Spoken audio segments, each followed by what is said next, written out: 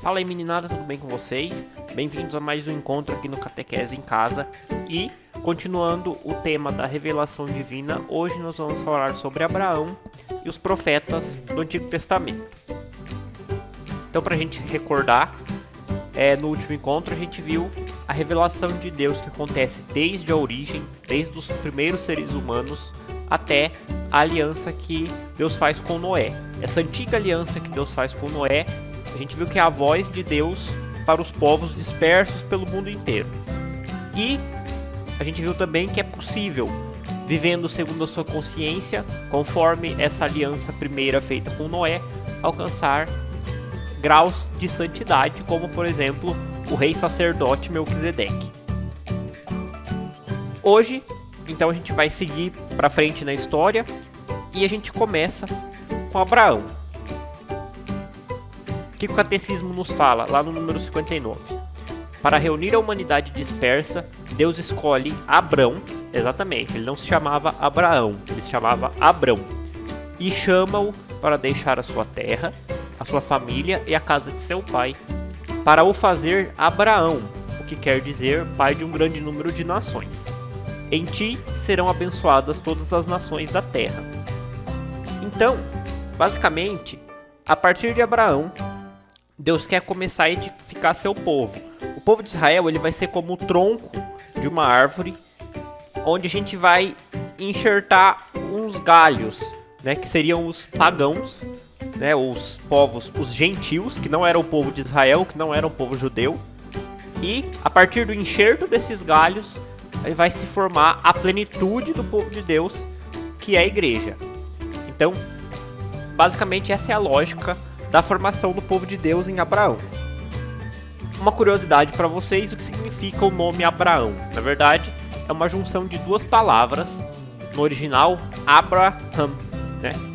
Que é junção de duas palavras lá do aramaico, Abba, que quer dizer pai, né? Papai, e Ram, que quer dizer homem, homem no sentido de homens, né? Do homem, ser humano.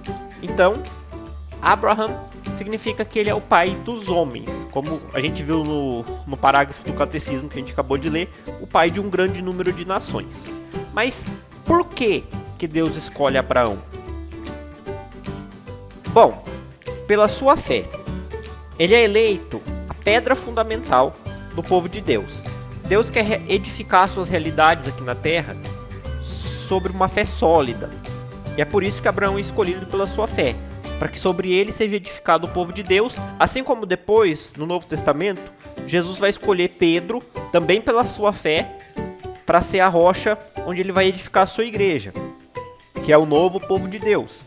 Então, é a fé que precede a escolha. Então, não foi por acaso. Abraão, né, o homem Abrão, ele já vivia conforme a aliança de Noé. Ele sentiu esse chamado por Deus de uma forma mais profunda. Desenvolveu, portanto, uma fé mais sólida. E por isso ele é escolhido por Deus. Como a gente viu no encontro passado, a aliança com Noé representa a revelação de Deus a todos os povos. E Abraão foi aquele que creu com uma fé viva e autêntica nessa revelação. Por isso, Deus escolhe sua providência para ser essa rocha fundamental da construção do povo de Deus. E a descendência de Abraão, né, seu filho Isaac e o seu neto Jacó, que vai receber o nome depois de Israel. Essa mudança de nome é bem comum na Bíblia e significa a missão, né? O nome significa aquilo que guia a pessoa, né? Aquilo pelo qual a pessoa atende. Então, é bem comum na Bíblia essa questão de mudança de nome, né? Na verdade, por exemplo, São Pedro, na verdade, chamava Simão, né? E Jesus diz para ele, Simão, tu és Pedro. Ou seja, qual é a missão dele? Ser pedra. Da mesma forma que Jacó passou a se chamar Israel. E esses são, portanto, os chamados patriarcas do povo de Deus. Abraão, Isaac e Jacó. Bom, aí a gente vai seguir para frente na história, seguindo o fluxo do Antigo Testamento. Depois dos patriarcas, Deus formou Israel como um povo e salvou da escravidão do Egito, né? Com a história de Moisés. Concluiu com esse povo a aliança do Sinai, dando-lhe por Moisés a lei, né?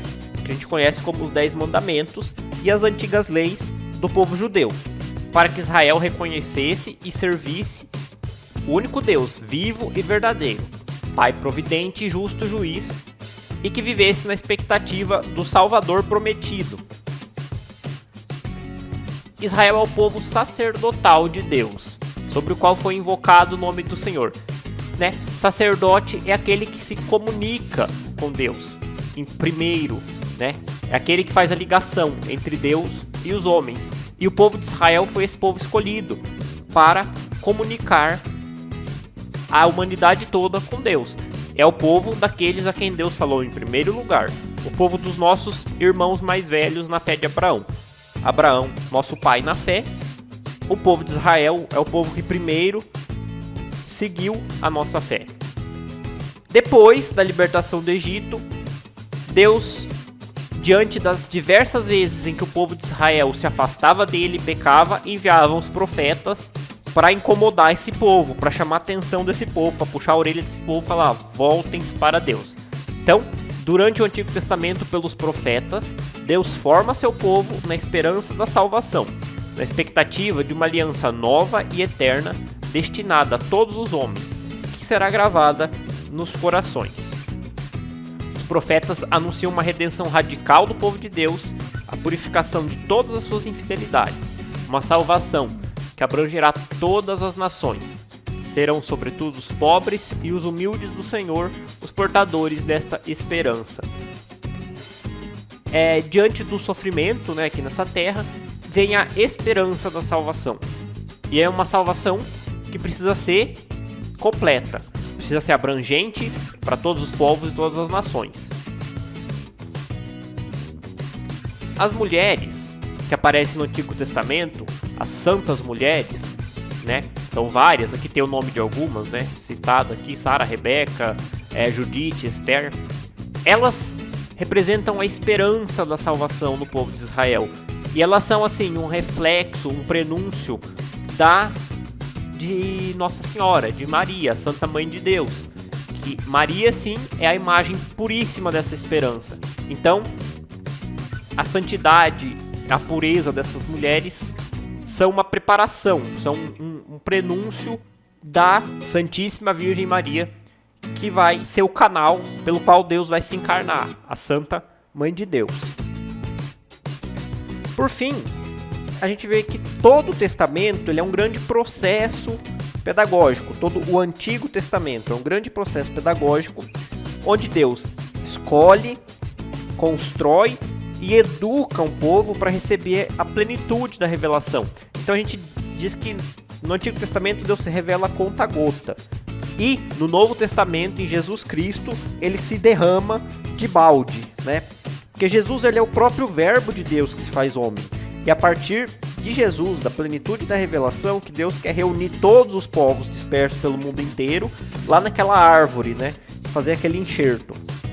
No seu novo e definitivo povo, que é a igreja. A igreja é o sacramento universal de salvação, ou seja, o sinal de salvação para todo homem e toda mulher de boa vontade. No próximo encontro, a gente vai ver a revelação em Jesus Cristo, então a plenitude da revelação. Vocês ficaram com alguma dúvida do encontro de hoje? Se sim, pode falar aqui pra gente nos comentários e nas nossas redes sociais.